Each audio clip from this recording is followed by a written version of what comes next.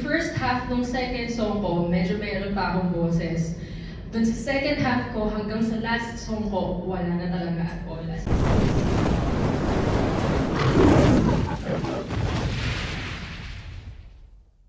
In life, in general, different aspects, ano ba sa life yung sinasabihan mo ngayon ng halika rito?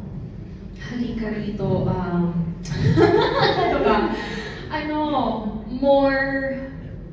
siguro more peace of mind, more wisdom.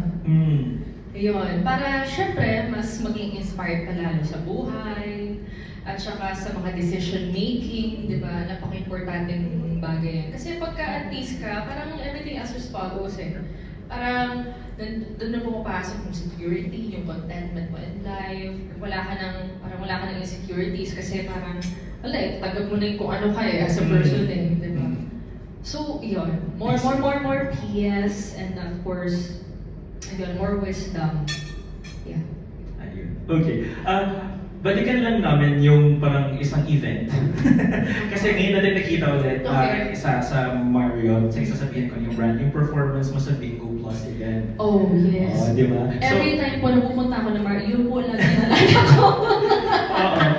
Pero di ba, it was more of a positive feedback actually for you na tinapos mo yung performance no matter what. So, I really tried. I really tried my best. Kaso minsan po talaga, parang, alam mo yun, hindi umaayon sa atin ng mga bagay-bagay. And that time, I was super sick. Alam naman po ng mga tao yan eh, na talagang sakitin po talaga ako. Tsaka like that time, sobrang sakto din po talaga na yung sobrang grabe yung ubo ko, yung sipon ko, ang kate-kate na lumunan ko. And then like, again, I was there, sabi ko, shucks, my God, paano ko, gusto ko na lang siyang maitawid. Kasi of course, as a commitment, and ano na po eh, talagang, wala eh, kailangan ko sumalang, kailangan ko siyang gawin.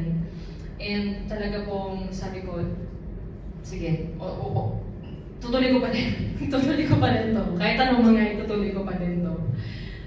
So yun, we all have bad days. Kasi hindi naman kami perfecto, hindi naman din parang as a singer, parang may mga times na hindi okay yung boses, minsan may sakit, hindi naman ko talaga maiwasan yan. Pero syempre, it's really a matter of commitment po talaga.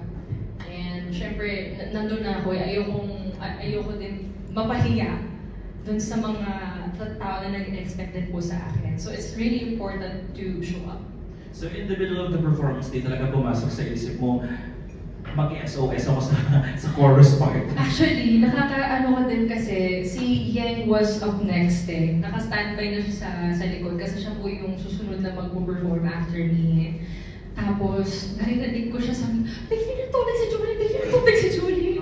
As in, parang konti na lang papasok na po siya para, alam mo yan, like sabayan ako or something. Pero, grabe po talaga yun. Like, it was one of the experiences na hindi ko po talaga makakalimutan. Kasi yung first song ko, medyo okay pa.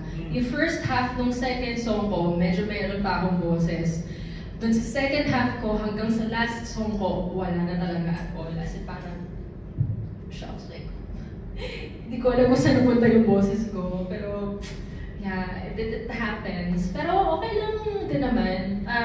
Lesson learned din naman talaga to, talaga magpahinga, tsaka importante din na hindi mag-overwork. Yun.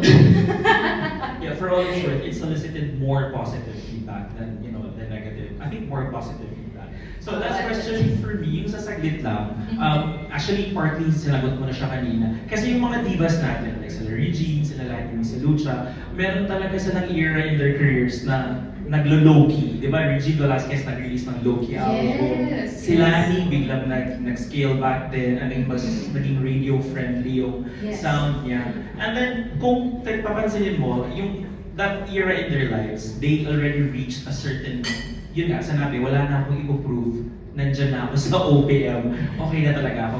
Would you say it's the same for you? Parang I think halos lahat ng singers dumadaan sa ganyang era eh. Kasi, parang ko sabihin to, parang given kung ano yung mga genres na kayang i-perform natin, ng mga ng mga Pilipino.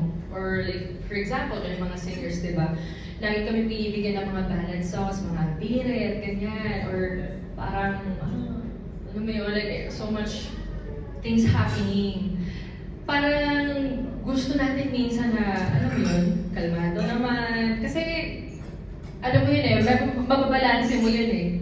So, parang nandun ako ngayon. Nandun ako ngayon.